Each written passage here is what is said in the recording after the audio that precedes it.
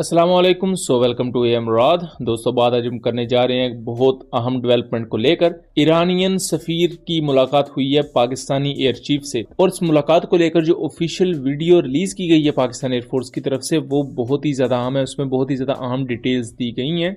यहाँ मैं बात करूंगा कि पाकिस्तान और ईरान ज्वाइंट प्रोडक्शन शुरू कर सकते हैं कुछ मिलिट्री इक्विपमेंट की। उसके साथ साथ ज्वाइंट ट्रेनिंग की बात हो रही है, और ईरान शायद तारीख में पहली दफा पाकिस्तान एयरफोर्स के साथ एयर बैटल एक्सरसाइजेस करेगा, जो कि अपने आप में बहुत बड़ा स्टेप होने वाला है। और इसमें अमेरिका किस तरह रखना डाल सकता है और उसे काउंटर करने के क्या तरीके हो सकते हैं, इन चीजों को लेकर बात करते हैं। दोस्तों, बताते चलो, 19 सितंबर की शाम को पाकिस्तान एयरफोर्स की तरफ से ऑफिशियल वीडियो रिलीज की जाती है, जिसमें यह एक्नॉलेज किया जाता है कि ईरानियन सफीर की मुलाकात हुई है पाकिस्तान एयरफोर्स चीफ जहीर अहमद बाबर से। और इस मुलाकात में जो ये ऑफिशियल प्रेस रिलीज जारी की गई है उसमें यह कहा गया है कि पाकिस्तान और ईरान जॉइंट कोऑपरेशन को बढ़ाएंगे, क्योंकि अमेरिकन पाबंदियों की वजह से और वेस्टर्न पाबंदियों की वजह से ईरान के साथ खुलकर कोई भी कोऑपरेशन नहीं हो सकती। ये सिर्फ पाकिस्तान का मसला नहीं है, बल्कि इवन जो दूसरे कंट्रीज हैं उन्होंने भी जब वक्तन फवक्तन कोऑपरेट करने की कोशिश की तो उनकी कंपनीज पर अमेरिका ने सैंक्शंस लगाई। सेम यही काम इंडियन कंपनीज के साथ भी कई दफा हुआ है। चाइनीज कंपनीज के साथ तो होता ही रहता है कि अमेरिका कभी किसी कंपनी पर सैंक्शन लगाता है और कभी किसी कंपनी पर।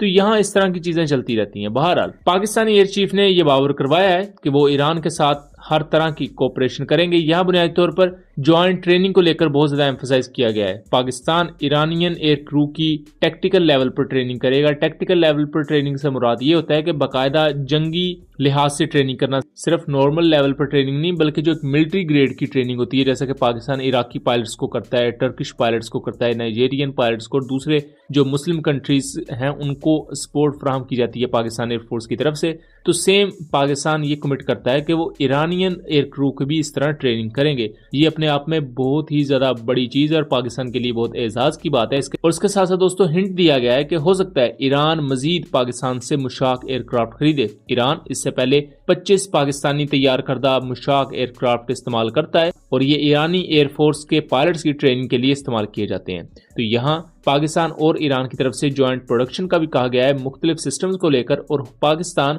ईरान से टेक्नोलॉजी शेयरिंग करेगा। हम सब जानते हैं कि एयर डिफेंस सिस्टम्स के मामले में ईरान पाकिस्तान से बहुत हद तक बेहतर है। ईरान ने अपने मुल्क में बहुत से एयर डिफेंस सिस्टम्स तैयार किए हैं, लेकिन अगर फाइटर एयरक्राफ्ट की डेवलपमेंट की बात आए, उनको मुल्क में अपग्रेड करने की बात आए, तो पाकिस्तान का फिर कोई सानी नहीं है अगर ईरान से कंपैरिजन किया जाए।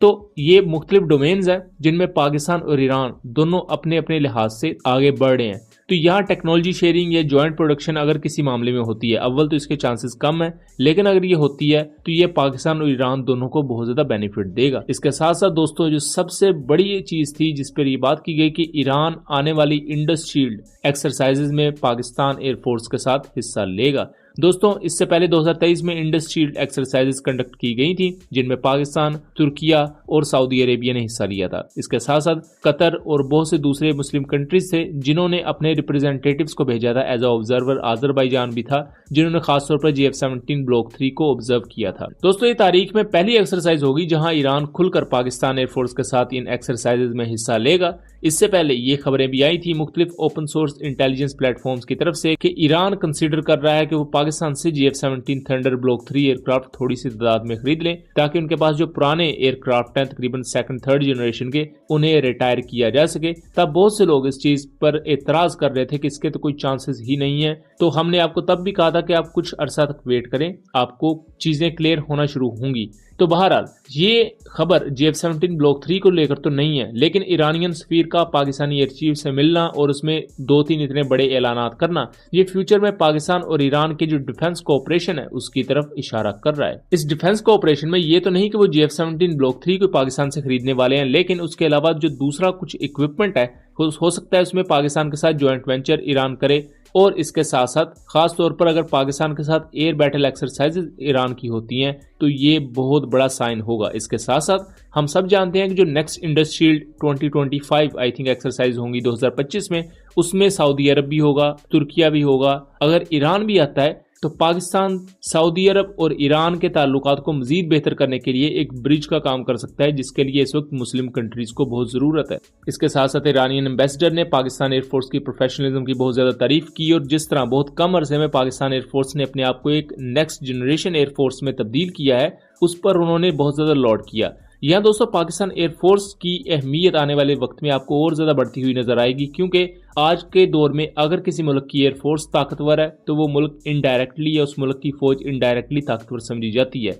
ईरान को हम देखते हैं कि बहुत बड़ी मिसाइल फोर्स है और ये तमाम चीजें हैं, लेकिन एयरफोर्स चूंकि बहुत ज्यादा पुरानी है, बहुत ज्यादा विंटेज है, इस वजह से ईरान हमेशा से फिजाई महाज पर बैकफुट पर नजर आया है। इसके साथ साथ दोस्तों कुछ अनकन्फर्म सोर्सेज इस तरफ भी इशारा कर रहे हैं कि हो सकता है पाकिस्तान ईरान के सुसाइड ड्रोन्स को लेकर जॉइंट प्रोडक्शन की तरफ जाए, यानी कि जो ईरान के शाहिद 136 जैसे मुख्तलिफ कामिकाजी ड्रोन्स हैं, पाकिस्तान उनको टीओटी के तहत अपने मुल्क में बनाए। बहरहाल ये भी देखना काफी दिलचस्प होगा कि आने वाले वक्त में इसके क्या नतीजे निकलते हैं। यहाँ दोस्तों अमेरिका का खतरा सबसे ज्यादा रहेगा। यहाँ पाकिस्तान को ये बावर करवाने की जरूरत है अमेरिका को, क्योंकि जाहिर बात है पाकिस्तान के ताल्लुकात अमेरिका और वेस्ट के साथ भी हैं और पाकिस्तान ईरान के साथ भी अच्छी कोऑपरेशन चाहता है, लेकिन ईरान के साथ अमेरिका की नहीं बनती। तो पाकिस्तान को ये बावर करवाने की जरूरत है कि पाकिस्तान ईरान की प्रोक्सीज या उनकी तंजीमों का पार्ट नहीं, बल्कि ईरान को एज अ स्टेट कंसीडर करता है और रियासती लेवल पर ईरान के साथ ताल्लुकात चाहता है, जिससे जाहिर बात है अमेरिका की सलामती को कोई खतरा नहीं और ना ही किसी वेस्टर्न कंट्री की सलामती को।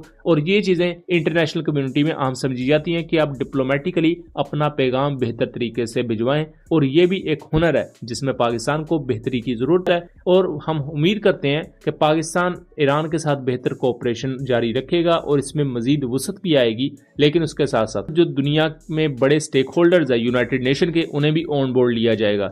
सो उम्मीद करता हूँ चीजें क्लियर रही होंगी। वीडियो पसंद आई हो तो इसे ज्यादा से ज्यादा शेयर कीजिएगा एंड चैनल को सब्सक्राइब कीजिएगा, ताकि इस तरह की मजीद इन्फॉर्मेटिव वीडियोस हम आपके लिए लेकर आ सके। मिलेंगे अगली वीडियो में, तब तक के लिए अल्लाह हाफिज।